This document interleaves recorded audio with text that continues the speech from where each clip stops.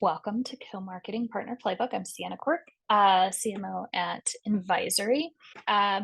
Spent most of my career in the Salesforce ecosystem. Love partners, love marketing. Super excited for today's session. And I'm joined by Kelsey Johnson, Head of Marketing for Partner Fleet. And we're so excited to take the marketing lens approach to partnerships today on this call. So thanks all for joining us. Yeah, thanks so much for being here. A little bit of my background too. My entire career, 10 years is in marketing, but I've always been on small teams, and I have incidentally done a ton of co-marketing because it really has been one of my favorite ways to drive pipe and to drive awareness and to work with other companies, get in front of other audiences. So I'm super excited to talk about this today. First, we're going to just hop into why co-marketing matters.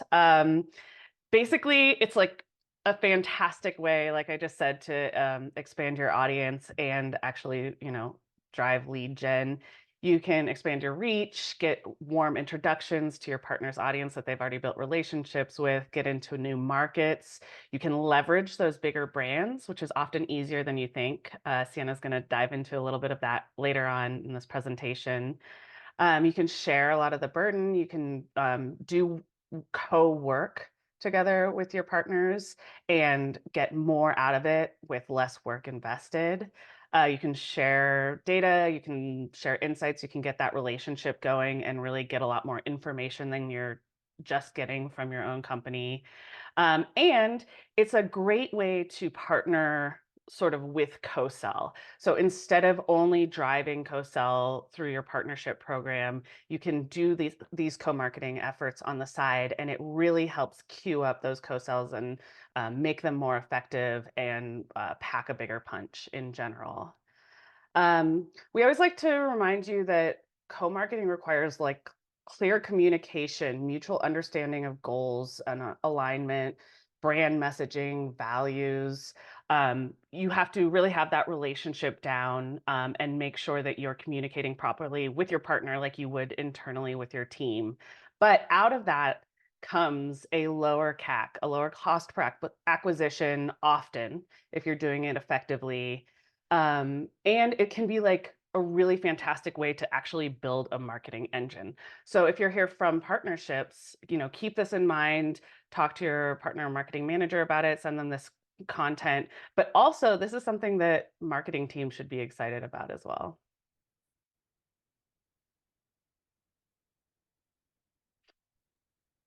Just a couple of ideas that we're going to dive into about who to co-market with.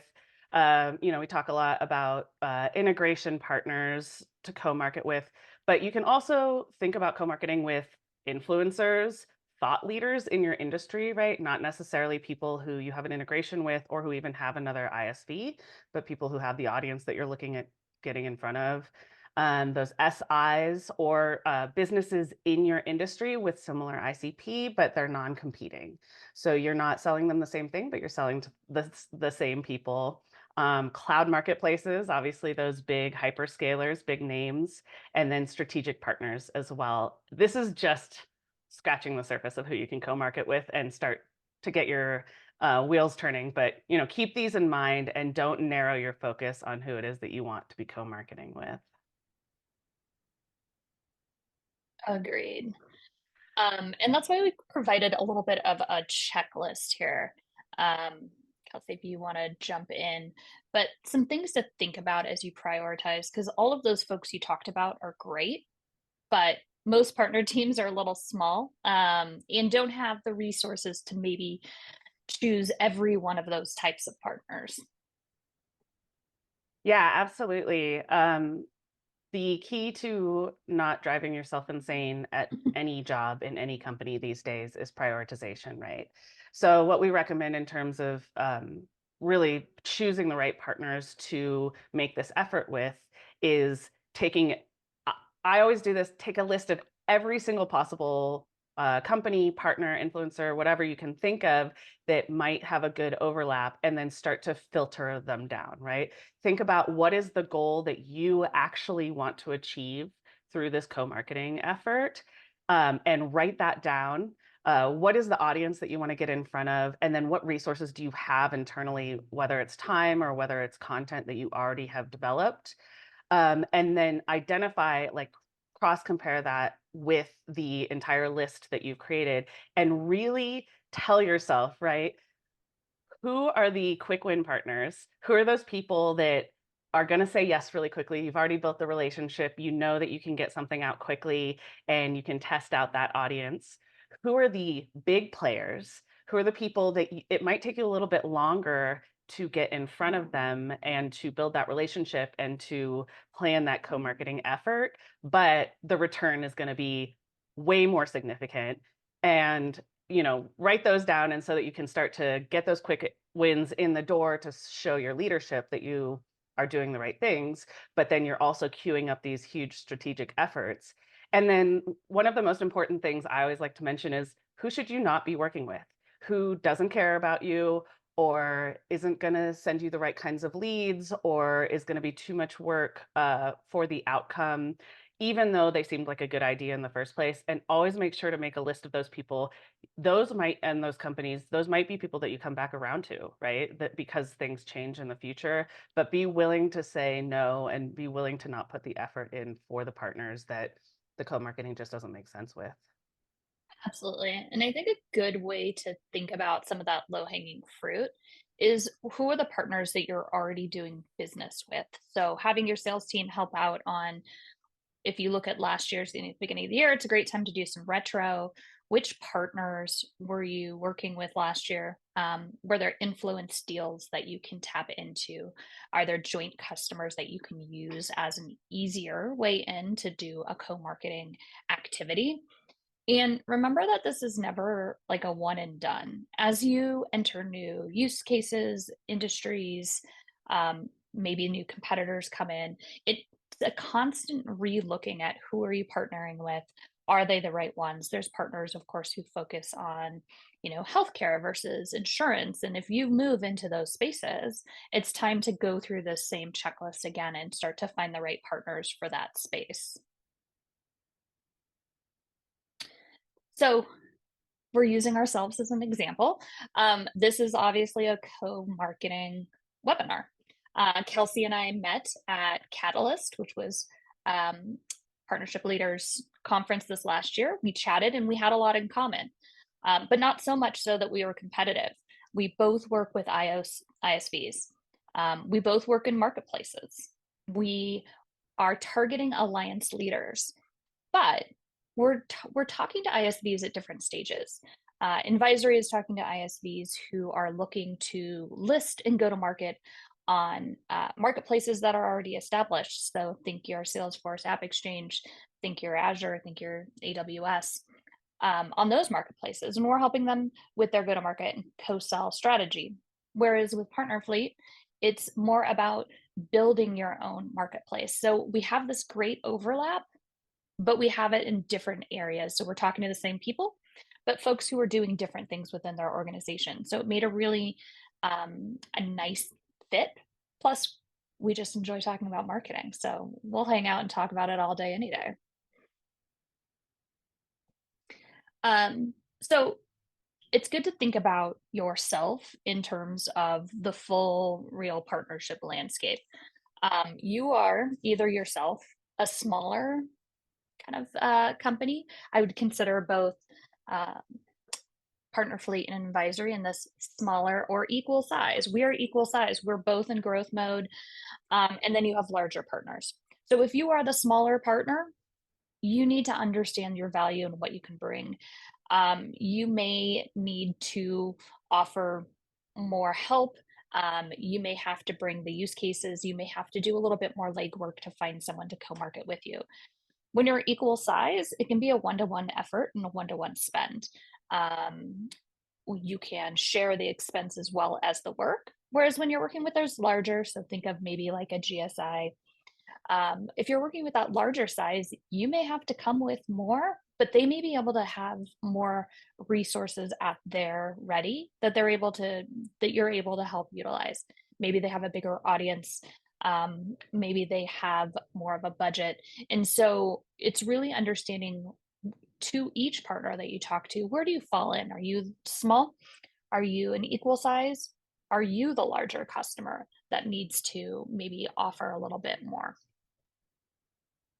Yeah, and I wanted to make a point here. When we first started talking about this, Sienna and I were just spitballing all of these co-marketing ideas, but there's so many different levels that you can be at. And we wanted to make sure that we emphasized that, smaller, equal size, and larger is only relative to the partner that you're working with, right? So depending on who you are, unless you are one of the hyperscalers or, super SMB, for the most part, you might be in all three of these buckets at different times. But don't, people, I feel like people get really caught up on marketing to, just within hyperscalers or just on one-to-one and forget to leverage smaller partners because they think that they're not worth it, or they're focusing on a huge group of referral partners almost entirely, and they forget that they have this upward leverage to get into these hyperscalers or to work with equal sized companies. And so, as we go through this and sort of explain the ideas as we've segmented them out into these three groups, we wanted to make sure that open your mind to the idea of co-marketing to different, with different partners than you had originally thought, to potentially experiment with driving, higher numbers and higher revenue. Exactly. And understanding that with each partnership, to your point, you may move between these three groups. All right, so we're going to start off with ideas for marketing with partners who are smaller than you. So let's say you have a group of referral partners or SIs. Um, here's a lot of the things that you can do with them. You can have a town hall with them where you get on and you help explain on maybe a monthly basis to all of your partners or your most engaged partners who want to join on a one-to-many basis what's going on with your product.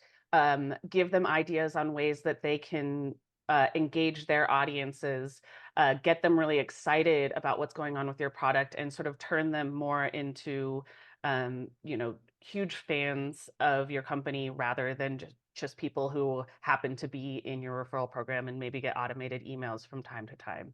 Same thing with marketing swipe files. I've had huge success in previous companies putting together actual marketing resources for our partners. So creating, 10 different Facebook posts or LinkedIn posts or wherever it is that your audience is, putting together that content and just telling them, hey, just post this. You can even do that with emails. You can do it with like blog posts, even, have them modify it a little bit, but mostly just have them send out that content. And the key there, I think, is to make sure you do it on a regular basis. Don't just, drop a bunch of content into your LMS or even just send out a swipe file document one time, but keep updating that content so that they've got fresh content to send to their audience.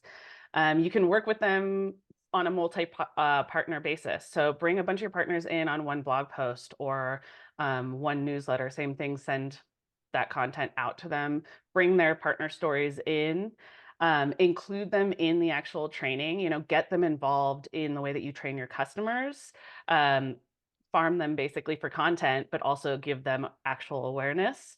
Obviously, get them into your marketplace. If you have a partner marketplace and you have a bunch of partners who, are SI partners or who are providing value to your customers, invite them in to your marketplace. Let them create their own listings. You can manage that on your side, but in that way, you aren't putting in as much work because you have all of these smaller partners, but they're still getting the value out of there. And then also offer them co-branded collateral, which, through your PRMs or your marketplace tool, you can actually provide that in a way where you only do the work once and then they can add their content in there. That's awesome. I think one of the points I'd want to bring out that you touched on, but I think it's worth double clicking on is consistency. So the town hall idea, I love, but if you only do one and you never follow up after that, it's not going to be as impactful. If you spend all of your time doing one newsletter, but you're not willing to send it monthly or quarterly, um, or even weekly if you have enough content, then you're not going to stay top of mind for these customers. Co-branded collateral and partner stories will start to go stale. You need to make sure as internally you are creating new content that you're thinking about your partners as well, and would that be an asset that they could use, and at the end of a month or a quarter, what partner stories do we really want to highlight, and how can we highlight them? Do we want to do it with a win tile? Do we want to do it with slides? Do we want to highlight them in one of these newsletters? Do we maybe want to invite a customer onto a town hall to talk about the value they got together? But it's about consistency, because same with the how we think about how you choose a partner. You can't just set it and forget it with the content either. There should be fresh pieces, whether it be in that social swipe file, the collateral, or the stories. Yeah, definitely. Don't forget that you're the best person to market your own product. Don't make your partners do all of the positioning and messaging work that you've already done internally. Just give it to them. Give them the messaging. They'll use it. They make want to. make it easy for them, and they're more likely to help you along the way. So when you're co-marketing with someone of an equal size, similar to what we're doing now, hey, this is the webinar. It's a great way to talk to a partner about if there is a story you can tell together, and putting together the content and putting it out there. You have the ability to reach double your audience, because you have your partner's audience as well as your own. And so it's a great way to think about sharing information, as is lunch and learns. If you have an opportunity to either go on site, or if you have the opportunity to do that as in a kind of a webinar form, the idea of sharing enablement, and sharing stories becomes super important, especially when you're equal size.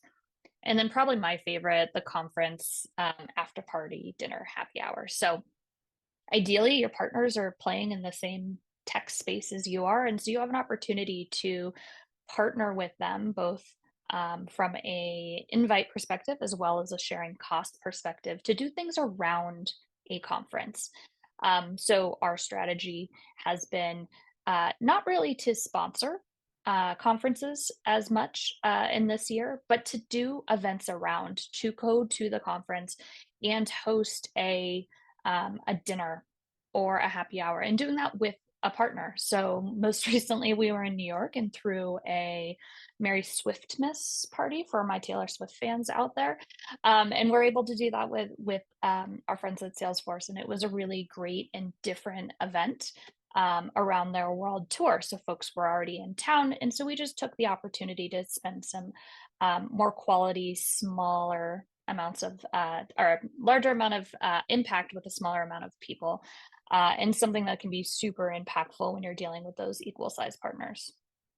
And I think a point to be made here is that I see a lot of partnerships do one or the other. Either they're doing the digital marketing together, creating, mutual case studies, creating webinars, creating thought leadership blog content for each other's blogs, sending out co-emails, Mhm.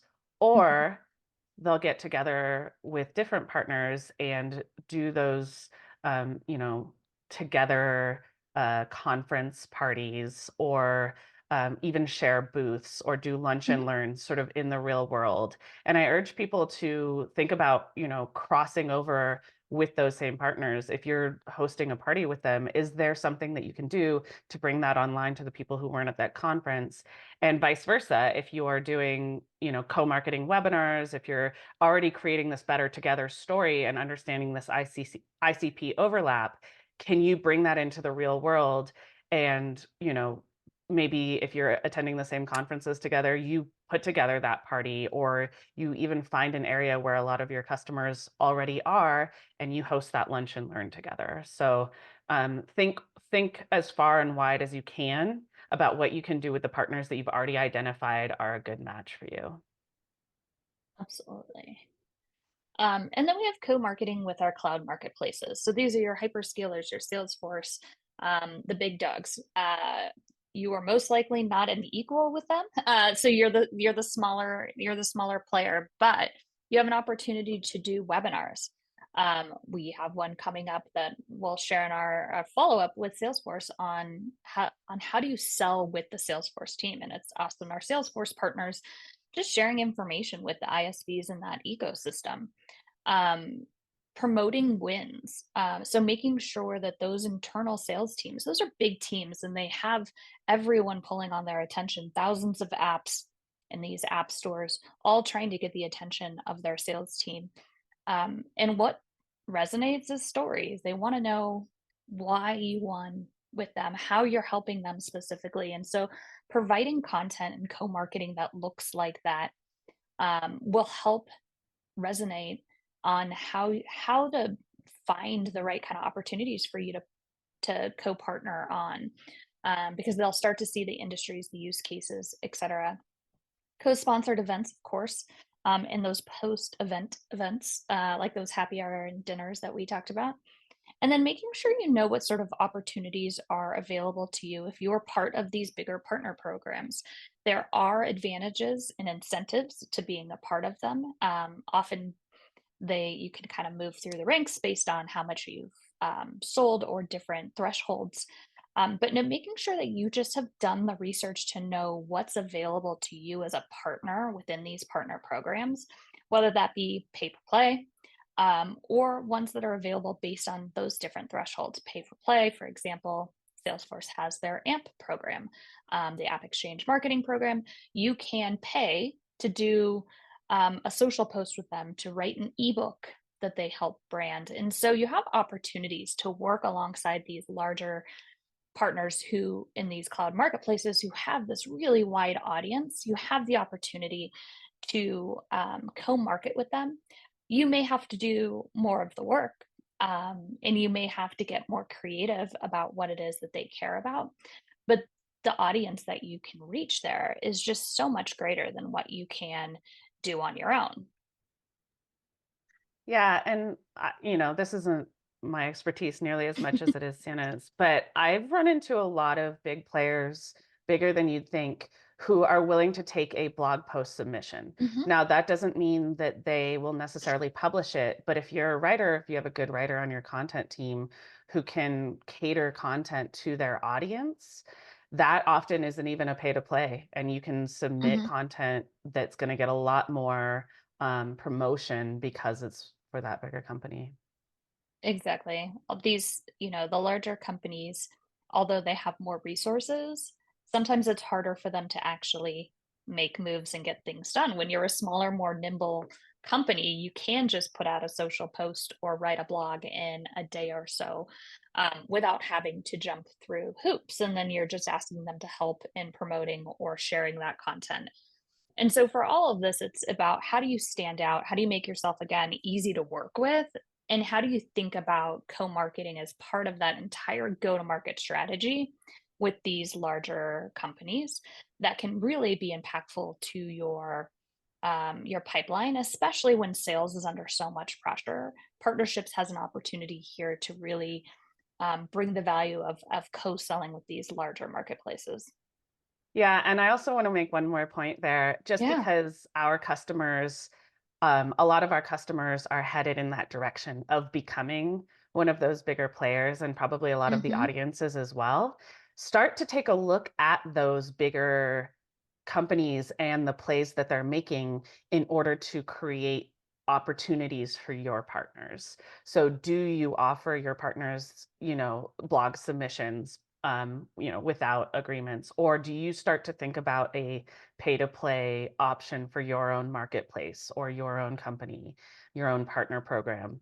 Oftentimes, that's looking at the bigger companies and how they're being successful, can help you identify a completely new revenue source from your partners, or at least a better way to, partner with them and get more awareness overall. A great point.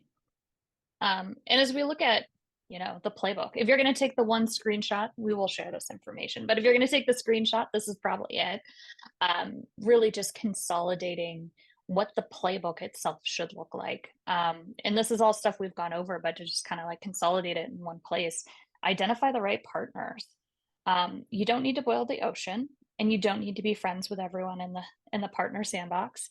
You can really get specific about the few that make sense, build out your playbook and how you want it to work with partners, and then you're going to be able to rinse and repeat it with more partners. You don't have to partner with 100 right off the bat. Find 3 or 2 or 10 or 1, and really make sure they're the right people, that they've got that similar ICP, that they're willing to partner, uh, that they will take your meetings and they are willing to have a periodic check-in, that you have a unique value proposition. So people talk a lot about joint value propositions, and those are great. I am really focused on this idea of what's your unique value proposition? What can you plus this partner do that no one else can do? What makes your partnership different and valuable to the audience that you're going after? Um, and make sure that your partnership benefits customers. I mean, it sounds basic, but if you're just partnering because they're nice people and they live in the same town as you, um, you may want to rethink how much you engage with them. It may be great for a happy hour. It may not be worth creating a whole playbook about. It's worth noting now that Sienna and I are in the same town. Well, that is true. We are in the same town, but we also happen to be following all of our own advice. And then I just go ahead.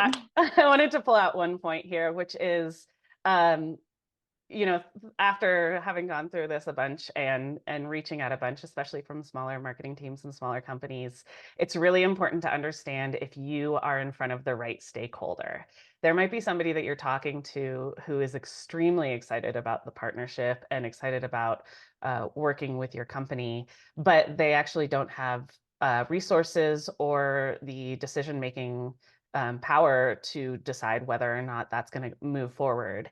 And so getting your in is really important at first, but understanding exactly who it is that you need to be talking to at that company is something that you're going to want to make sure you do very early on as you're pursuing that partnership. And if you can't get access to that person, or you can't, they're not excited about it, then, that might be one that you put on the wayside until, something happens to change that circumstance. Another thing that I wanted to mention just overall is if when we're talking about this unique value proposition, your ability and willingness to amicably partner with, especially on like an even basis, other companies is actually a great branding play. I mean, in this world where people want to hear more from people rather than from companies, your actual ability as a company to partner with other companies and then have things like webinars where there are actually people having conversations, that really shows that you are open and not closed off, and you're going to be willing to at some point in the future potentially either partner with somebody who's excited about it, or build that integration that they're looking for, or just work within the vertical that you're in or the industry that you're in, rather than put your foot down and be really stringent about it. And it's great for your brand. Absolutely. And we have about 1 minute left.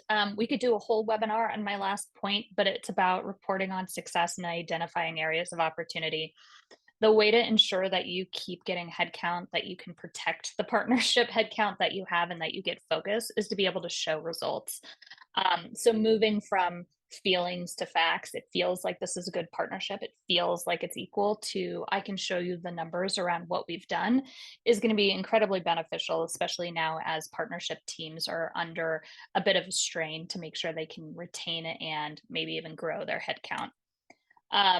So the checklist you will get as part of follow-up, but these are really just tangible things that you can do as long as you just sit down and focus on what it is that you want to accomplish and who you want to accomplish it with. So thank you for joining our webinar. Feel free to link in with Kelsey and I. We love talking about marketing. We love talking about partnerships. Follow Invisory, follow Partner Fleet. We're putting out all kinds of good content. And I know, Kelsey, in this last minute, you've got a cool opportunity that will come through in our follow-up as well on referrals. Yeah, absolutely. If this is your first time being introduced to Partner Fleet, we are a partner marketplace platform. You can create a marketplace in weeks instead of basically having your company build it in-house in quarters. So if that's something that you are looking to do, then definitely reach out to us about that. We have a cool new product actually that's an enablement marketplace, which is something that you can embed directly in your Salesforce instance for your sales team that pulls content from your public marketplace, but also adds additional content that they would want to know. I only dive in on that because we've told a couple customers about it recently and they got really excited. Well, this whole thing has been um, about content. So if you're yeah. going to build the content, make it available. I'm never afraid of a pitch. And then we have set up our in the last month or two, we set up our own referral program. A lot of our customers have come in through referrals from other customers and from our, relationships and partners. And if that's something that you're interested in, um, I think Kylie's going to drop in a link. Please apply to join our referral program, and you can learn a little bit more about Partner Fleet. And if it's not a good, option for you for right now, it's, could be something that you really learn about, and you can become one of our partners. Awesome. And if you are exploring the larger marketplaces, the Salesforce, the Azure, AWS, and you want some help with going to market there, that's what Invisory is all about. So feel free to reach out.